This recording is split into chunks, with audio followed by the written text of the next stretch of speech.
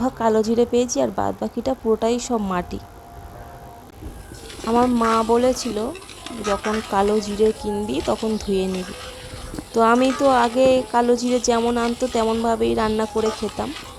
তো একদিন আনলো, হঠাৎ মনে পড়লো মার কথা, তো আমি কি করলাম, কালো জিরেটাকে ভিজিয়ে চটকাতেই থাকলাম। তা দেখলাম মাটি বেরোচ্ছে, তা ভাবলাম মার কথাটাই সত্যি। ও মা, চটকাতে চটকাতে দেখছি ক্রমশই যখন দেখছি মাটি কিছুতেই যাচ্ছে না, পরিষ্কারই হচ্ছে না। মানে যতই কচলাচ্ছি জিনিসটা ততই মাটি বেরোচ্ছে। দেখুন কি অবস্থা, দেখুন। আমি কিন্তু এই পুরো সবগুলোই ভিডিও করেছি। তো এইটা আমাদের বাজারের একটা দোকান থেকে, নাম বলবো না, একটা দোকান থেকে কেনা হয়েছিল।